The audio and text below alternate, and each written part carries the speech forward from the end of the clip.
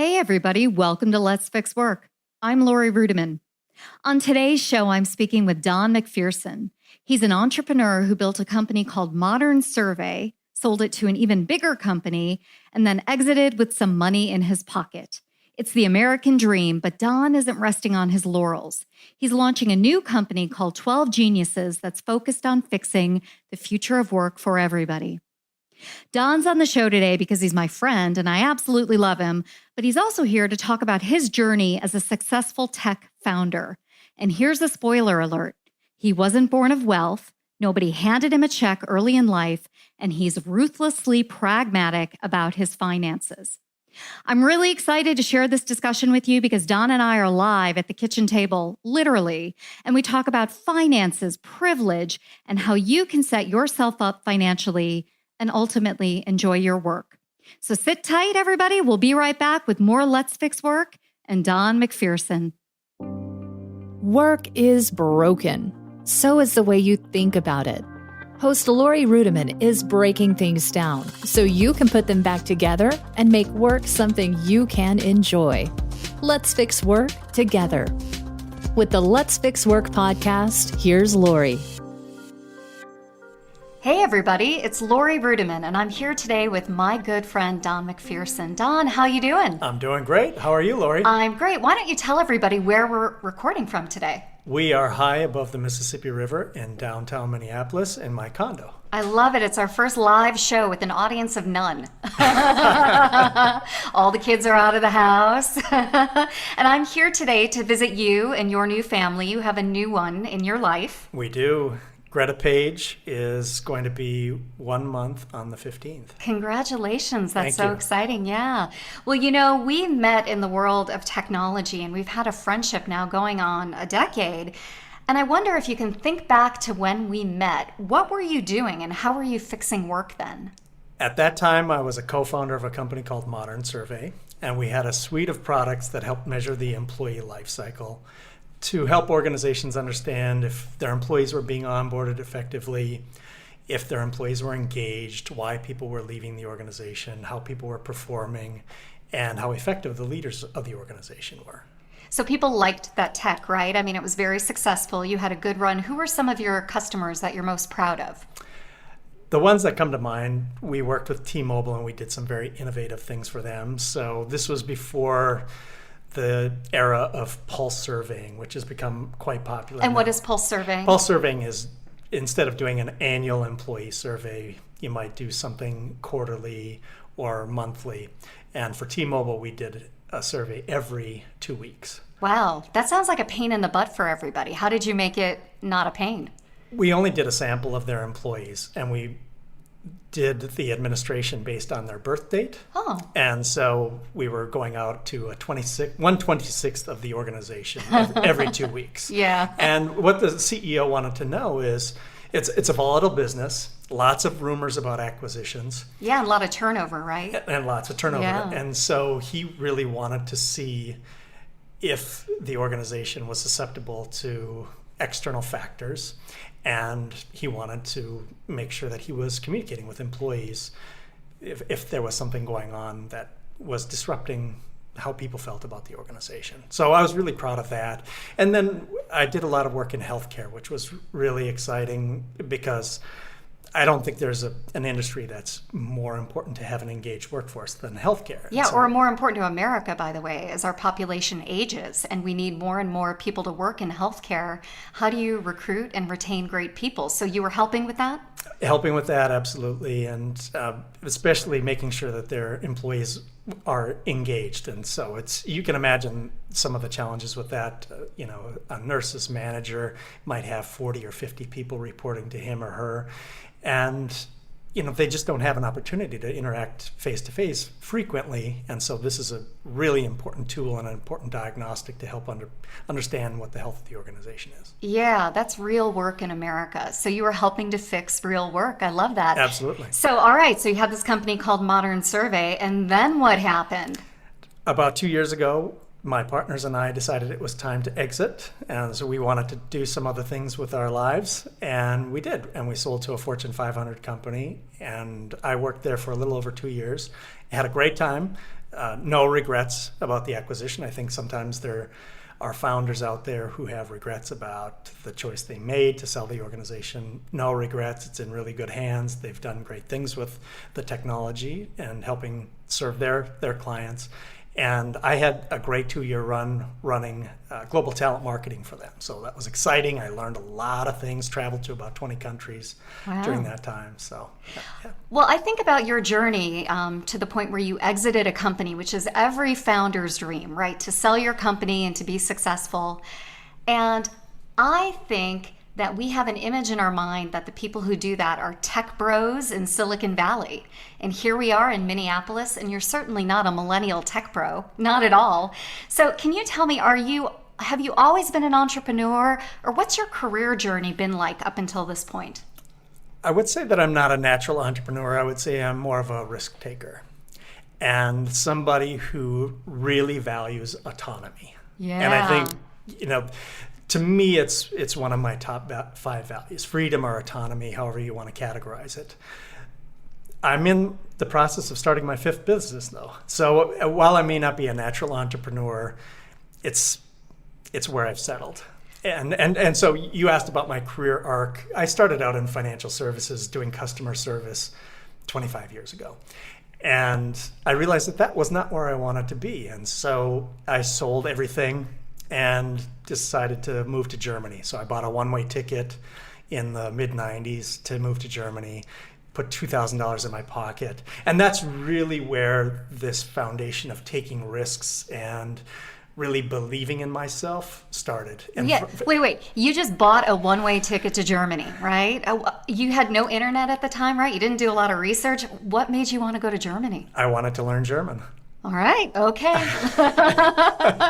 So I figured that was an expedited path. Yeah, absolutely. You would be forced to do that because it's only a one-way ticket, right? So where did you live? How did you figure out how to live in Germany? I knew one person who lived there, and I had 2 years prior to that, I had lived in Denmark, and I had a host family. And the host daughter was living in Hamburg, and I told her I'm thinking about moving to Germany. She said, well, you can stay with me. And I stayed with her for a month in her attic. She had a 1-bedroom apartment, but it had an attic, so it was on the top floor.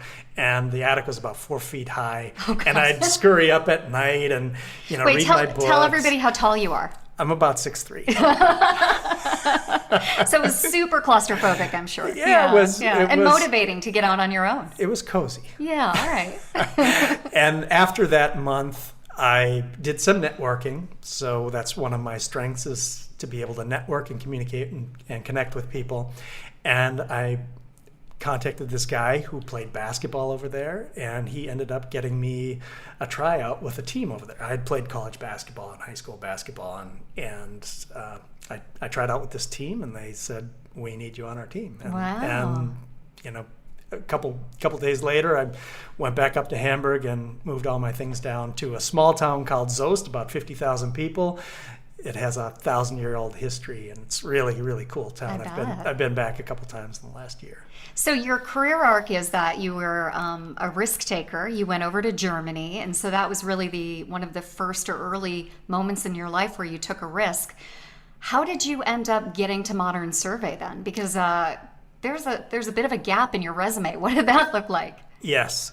Fortunately, my sister was looking out for me. She was working in human resources at American Express, and she knew I was coming back. She called me and said, I've got a temp job for you. It's going to be 2 months. You're going to be making $20 an hour. Do you want it? And I was like, yes, absolutely. That's real money. At the time, it was real money. And that's when I met my future business partner. And he was working as a contractor. And I was like, oh, well, he was getting in at 10 in the morning. Everybody else was getting in at 8 in the morning. And he would work until 6 o'clock at night. And then he'd go out and listen to some music and have a few beers and then show up again at 10. I'm like, well, that looks good to me. How can I become a contractor? And I just kind of followed his path, his route. And he had an idea about starting this company to do surveys online. I had no idea what that meant. And his brother became our third partner. And we founded Modern Survey in 1999. So I would imagine that you weren't born with a silver spoon in your mouth and you couldn't go to your parents for startup money. And certainly the VC community isn't what it is today. So how did you get the money to start this company? We started the company with $1,000 apiece. So we chipped in a total of $3,000. Patrick, the partner of mine who was working at American Express with me, had a little office space, and it was maybe $600 a month or something like that. Wow. And we started there, and we started to get some clients. So we really bootstrapped it with this initial $3,000 of investment. So you took a company from $3,000 of investment all the way through to an exit, a successful exit. Yes. That is the American dream. It is. So why are you, you could rest on your laurels right now. You could retire in Hawaii, right? You could do whatever you wanted to do, allegedly. Why are you starting a new business? Why do you do what you do? What's driving you? You said one value is independence or autonomy. I love to work. I do, and I love what I do. And one of the foundational things that I do is help people reach their potential. And there's nothing more gratifying or fulfilling than doing that. And I believe that everybody can perform at an extraordinary level if they're in the right condition and if they are willing to put forth the effort. Well, that's the key, isn't it? It's one of them, yes. Yeah. Absolutely. And what I want to do is help people get there. And that's what has inspired me over the last 20 years. Well, in this segment, I have one final question for you because you've been able to build a career you love and a life that matters, which makes you a good candidate for my friend Jen McClure's podcast, Impact Makers, because that's her whole philosophy, right? You are an impact maker and certainly one in my life. And I know you weren't born of wealth, right? And you've built this great life for yourself and your family. How have you done it? I pay me first, and that has enabled me to do everything that I've wanted. That has given me the freedom that I talked about earlier. So you pay you first. Yes, it's a philosophy that I started 25 years ago when I got my first career job. Well, everybody, when we come back, we're going to learn more about what paying you first really means. So sit tight. We'll be right back with more Let's Fix Work and Don MacPherson. Hey, everybody. You know I love to brag about my friends. I also like to listen to them. And right now, I'm listening to Jennifer McClure, host of the Impact Makers podcast. Jennifer is connecting with leaders across all industries to figure out how to make a difference at work and in the world. Here's what she's got going on. I believe strongly that each of us has the ability and the opportunity to positively impact people through our work and through how we choose to live our lives. The truth is that you've already impacted people in this world, even if you haven't been trying. I love what Jennifer has to say. And if you like what you're hearing right here on Let's Fix Work, you'll love what Jennifer's talking about on Impact Makers. So go to jennifermcclure.net/iTunes and subscribe today. Hey everybody, welcome back to Let's Fix Work. I'm Lori Rudiman and I'm here today with Don MacPherson. Don, how you doing? Great. Good, you feeling strong? Very strong. It's about 89 degrees with about 90% humidity. So a perfect sweltering day in Minneapolis. Oh man, I thought there was no humidity in Minneapolis. What, was I misled? Who lied to you? It is pretty gross. There's no humidity in January. Well, right, that's fair. And you know, I've never been here in the summertime. It's really beautiful in Minneapolis. It's gorgeous. Thank you. Don't tell too many people. I won't. That's my secret about Raleigh as well. I don't want anybody to know. All right, well, before the break, we were talking about your philosophy. And you said that you pay you first. Can you tell me more about what that means? The Use Case podcast is where technology vendors get to talk about themselves. And it's a wonderful place for vendors, investors, and practitioners to listen to the story of the solution, the features, the benefits, the attributes, etc. And we get to know the CEO or founder during the call, and we also get to know the tech.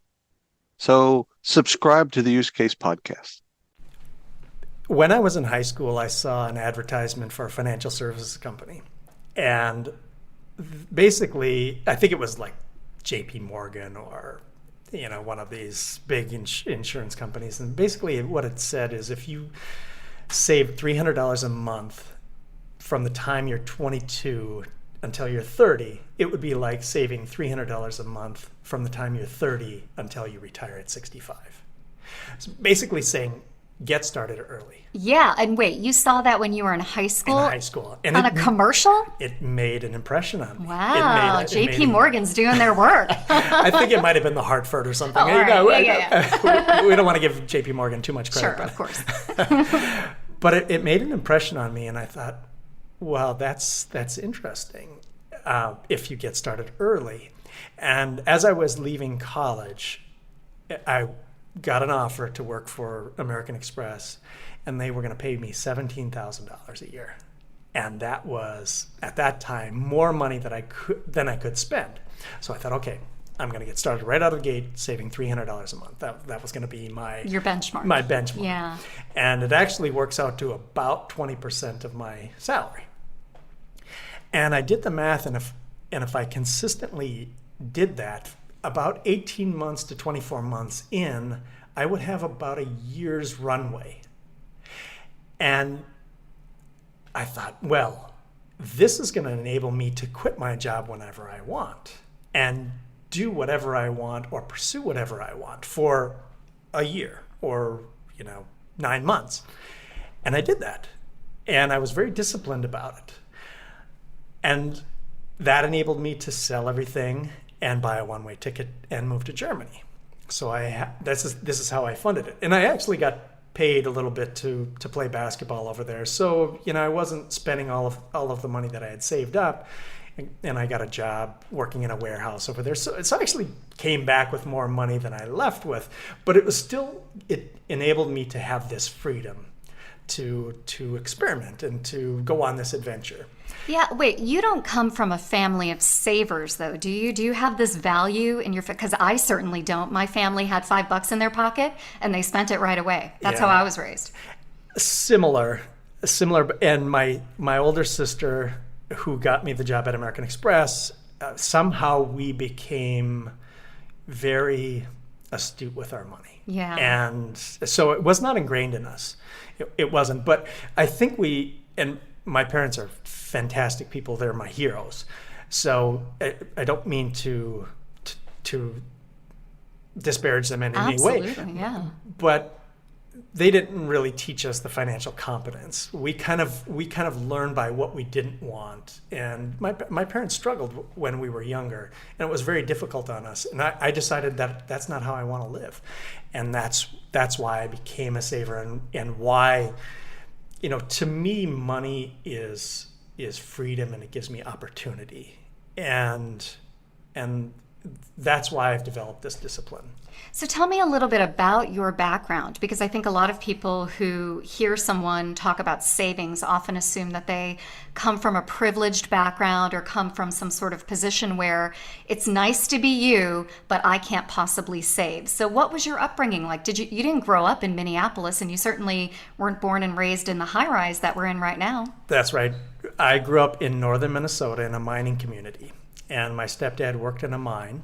And through observation, not just with my family, but members of the community, I thought you worked in the job that paid you the most money you could possibly get. And I saw people doing that. So an opportunity came up to be a truck driver, and you went from being an assistant furnace operator to a truck driver because it paid you $1.50 more an hour. And I just thought that's how work was. And I thought that work was always awful, and it was a cross you had to bear. And then after I started my professional career, I realized, no, work can be actually quite fulfilling, quite meaningful. But that was my upbringing, as very working class, people who were living typically paycheck to paycheck. At one point, my stepdad was laid off for almost 5 years. Wow. And he went around. He worked on a farm for a while. He went back to school to learn how to cut hair, and worked as a barber for years. And so it was... Wait, what did you learn from that experience? Because watching an older man be unemployed, for all of us, I've had that experience myself, is often very humbling. It's a humbling experience. Well, I wouldn't call him unemployed, right, because I have incredible respect for him. and he is absolutely one of my heroes. He actually taught me my work ethic. So to give you a little background on his story, please. Throughout his career, he still works today. He has called in sick one time, and that time he was sick to the point of losing his lunch in his helmet. And he said, "Well, I think I'm probably too sick to continue working." So that's a generation that does that, by the way. That's amazing. Yeah. Yeah, and what I learned from him is that there is no obstacle in the way that he won't overcome to provide for his family. Wow. And so he went to South Dakota or North Dakota to work on a farm for a while, and he drove 75 minutes one way to be a barber in Duluth, Minnesota, which was, Was that the big town? one of the big towns. Yeah. I've been to Duluth. It's lovely. It's a yeah, nice, yeah, it's a nice absolutely. city. Yes, yeah. But I realized that I never wanted to be in that position, and that's why I've kind of lived the life that I have. Is saving pretty much always putting 20 to 30% of my gross salary into savings, so that gave me the freedom and autonomy to live the life that I wanted. So you pay you first, always in the good times and in the bad times. Is that true? Because as an entrepreneur owning your own business, there must have been times where your business almost went under, right? Everybody has that story. Were you still following that philosophy of you pay you first? No. In 2009, I couldn't. And at that point, my partners and I had a discussion, and we said, we've got maybe 2 weeks left. If we don't find additional funding, the company's going to go under. And, we kind of looked at our bank accounts and we said, okay, well, it's time for us to chip in. And so we all chipped in about $100,000, something. But you had that money. I had that money. And they had some too. And, had I not lived by this philosophy, that company would have gone under, and the story that I'd be telling right now would be much different. So that was key. Having tens of thousands of dollars. I think at the time I probably had a couple $100,000 that I could have invested back into the business. I didn't have to roll it all in there, but we did. And we decided we're not laying one single person off. And that was a critical point in our business. And so at that point, we went months and months without drawing a salary. We invested back in the business. We were able to regain our footing while our competition was shedding employees, unable to meet their client needs because they had, they just weren't able to provide service in the way that they had in the past, and it worked to our benefit. So when you pay you first, there are also personal sacrifices that you make. You're not driving the latest car. Right. You're not wearing the most fashionable clothing. You're not traveling all over the world, or maybe you are, but you're doing it because you've been able to save and provide a cushion for yourself. So tell me a little bit about some of the personal sacrifices that you've made in order to follow this philosophy. A lot of it was delaying things that my peers chose not to delay. So you hit on one thing, the car. The car to me is, it's such a ridiculous expense. And I think people get that much more now than 20 years ago. But to buy a $40,000 or $50,000 vehicle because it's a status symbol, it just doesn't make sense if you're 25 or 30 years old. To me, it never made sense. But it makes sense to a lot of other 25 to 30-year-olds who are trying to keep up with the Joneses and are living on extended credit, right? Yeah, and I think it's actually a bit of a form of slavery. These credit card companies or these debtors, they own a bit of you. Yeah, and they do. You're working for them and you're not working for you. And so I don't want to, make it so dramatic as that, but I do see a lot of people who are behaving in a way that they wouldn't because they owe so much to banks and credit cards. Absolutely. And so that was one of the things. The other thing is I bought a house, but it was a duplex. And my renters were able to cover my mortgage. So Smart. This is like, well, this is going to help me build some equity. I have a place to live. I need a place to live. I made it nice. And but I'm going to do it in a way that is going to be really financially responsible for me. And I lived in that place for about 15 years. Some people, I remember one friend came over one time and he said, "Why are you here? You could have a nice place in the suburbs and, have a nice yard." And I was like, "Oh, I really like it here, and I like this way of living, and it just gives me a sense of security to know that I don't have this mortgage hanging over my head and I'm not fully responsible for it." I lived there for 15 years and eventually sold it and tripled my money, and it was a great investment. Yeah, that's really great. I also think there's one important thing that we haven't talked about yet. What you've delayed is parenthood. Right. And some would say adulthood, right? But parenthood, definitely. Yes, I did, and I know that not everybody is able to do that, right? So I'll be 50 in a couple of months. I can't believe it. It's hard to believe. Yeah, amazing. I'm having a hard time believing it myself. and I have a daughter who will be 2.5 next month, and we just celebrated. We'll be celebrating 1 month for our second daughter. Yeah. So I did delay that, and I'm grateful for it because we're able to do things with the children that we would have really struggled to do in my 30s or even a decade ago. And it was it's probably a tough decision for many people to make, but I don't regret it at all. No, you don't. I think there's a complexity with being an older parent, right? There are risks that come with that. And also, you told me this time it's 3 times harder with 2 babies. It is. It's not twice as hard. It's 3 times as hard. But I'm more patient. Yeah. And I think the work experience has helped me be more level-headed. And going through that crisis almost 10 years ago has just made me confident that I can deal with anything. And I've got a great partner who is, every bit my equal. Maybe more. And then some. Yeah. Yes, she is. Not maybe more, certainly more. Well, I love your life advice of you pay you first. I think that's really important. But why do you think it's important for my listeners to hear that? Why is that so important for their employee experience, for their sense of engagement? What does that advice mean for them? It means that if they are financially secure or free, they never have to work in a job that they don't love.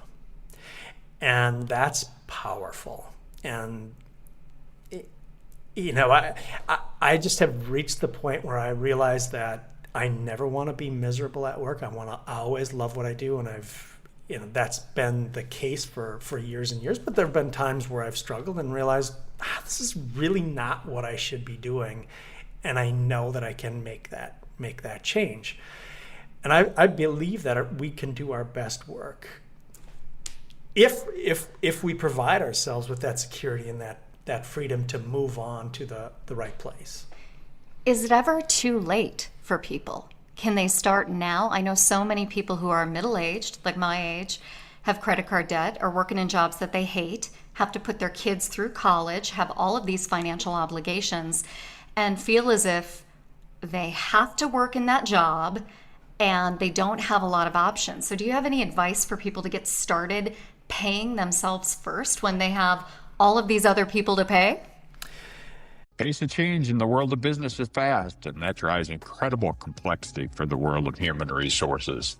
Welcome to the HR Data Lab's Brown Bag Lunch, a series of conversations with experts inside and outside the world of human resources on how to innovate, measure, and evolve our practices. Our goal is to help provide you with practical examples of how HR has to change and to meet in this complex business environment. Every week, we'll talk to new and different voices on all aspects of human resources. And guess what? You get to chat with us live.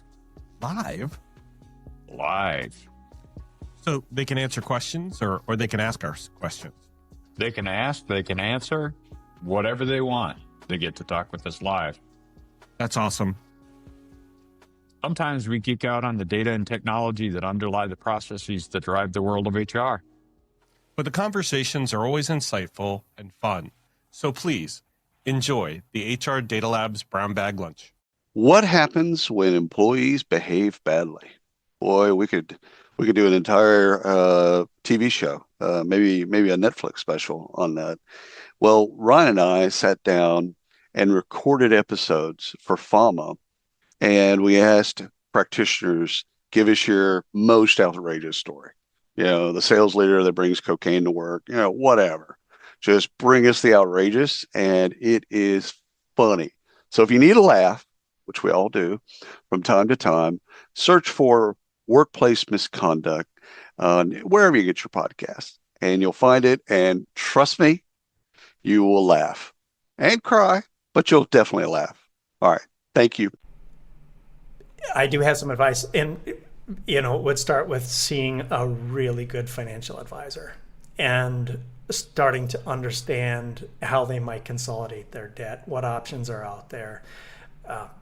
Just using somebody in my family as an example, this person had multiple credit cards. She was paying 19 to 25% APR on those credit cards. Yeah.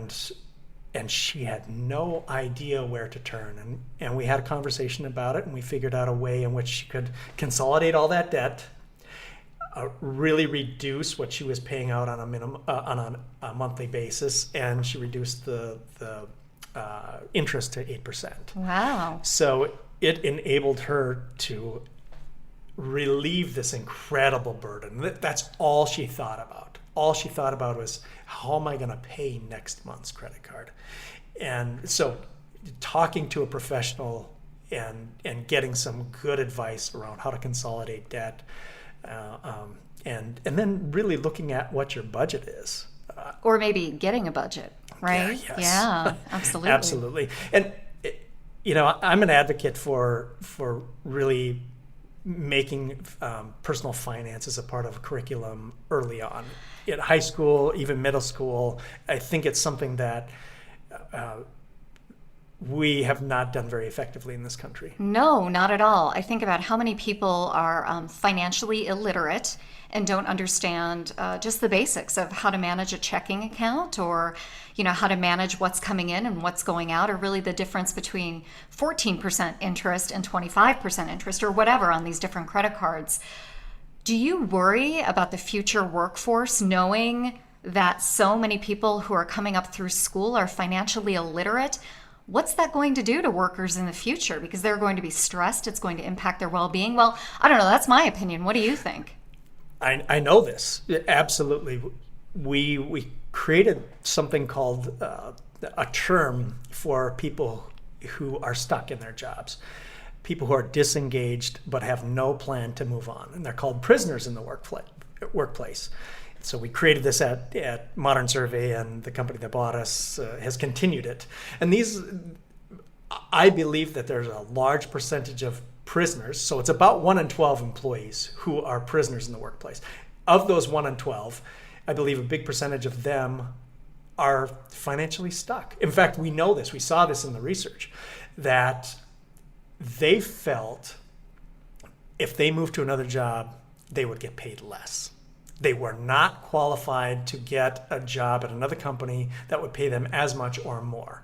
And so they just were stuck. And what does that do to the company? What does that do to the individual? Well, they're not their best self. They can't do their best work. When they go home, they're miserable. They're not the best husband or wife, father or mother, community member.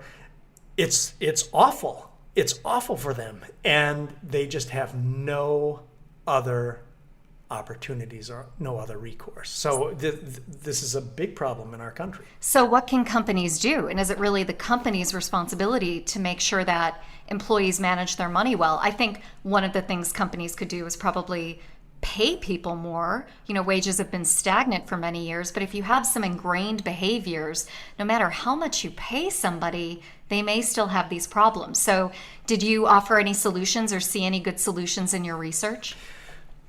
There are a number of things that organizations can do. You brought up something that is a problem. You can make $200,000 a year and still be a prisoner. I know people who are doing that, and that you should be able to raise a family on that amount of money. And with a few communities, maybe San Francisco or New York, as exceptions, because they're very, very expensive. But that's a lot of money, and it has to start at the individual level. The company can do some things, but it's really not the company's responsibility. They can offer some programs, they can help teach financial literacy, but if you're going to overspend, you're never going to get out of it, and it's always going to be this anchor around your neck. You know, one of the things that really gets me going about the concept of overspending is how expensive it is to be a woman compared to being a man. And so I think there are some things that companies can do. And, you know, we pay extra for tampons. We have to look a certain way. We have to dress a certain way. As women age, they feel pressured to look younger in the workforce. And I think there are some things culturally and from a work perspective that we can do to, you know, remediate these concerns. But we've got a lot of cultural pressures and ways and systems that bear down on women that don't affect men the same way. I don't know. What do you think about that? Well, it's a big topic, probably a topic for another webinar. But I will just give a personal example. Michelle, who is my partner, and I have had this conversation a lot recently, because now neither of us are working. I'm taking some time off to start my new company, and she's on maternity leave, and it's questionable whether or not she'll return to her job. So we're both home. We have 2 children. We look at each other at the end of the day and we're like, how do people do this and work jobs? Yeah, absolutely. The price of daycare is insane, though. It's unbelievable. Now think about what it's like for a single mom. I have tremendous respect for a woman who can raise children or a child and hold down a full-time job. How they do it is a modern miracle to me. They talk about the miracle of birth, and I've seen it now a couple times. It's a miracle, yes. But what I just described is absolutely incredible, and there are very little. There's very little in terms of support systems or nonprofits that are helping these folks. So here we are, 2 very capable people not working, and at the end of the day, we're just wiped. Yeah, you are. Yeah, absolutely. You've talked about this, though, that there are a lot of resources for women before they have babies and for single moms before they have the baby. But once they have the baby, there's no national not-for-profit for single moms, is there, or not one that you've seen? There may be, but I've done a little bit of research on it, and it's been a couple of years since I've done it. No, there really isn't, and so you have to get it from your community. You have to get it from your family. If you're living in a community where your family isn't, you're in really tough shape. And so, I have a great deal of respect for any parent who is putting the well-being of their children first and their education first. But if you're single and you're doing it, you just get in line for those wings, because there's a special place in heaven for you. It's unbelievable. True. That is true. Well, there is definitely something companies can do in terms of paid leave and family leave and support for single mothers. So I believe that. I wonder, as we wrap up, if there's one message you can leave with our listeners, what would that be? Well, I think it's a message that I've been honing and preparing for the launch of 12 Geniuses, which is my new company. And that is, it's a 4-part message. The world is better than ever. Despite what you might see in the press or on the news, we're living longer, we're healthier. Poverty globally is being eliminated in a very significant way. So this is a great time to be alive.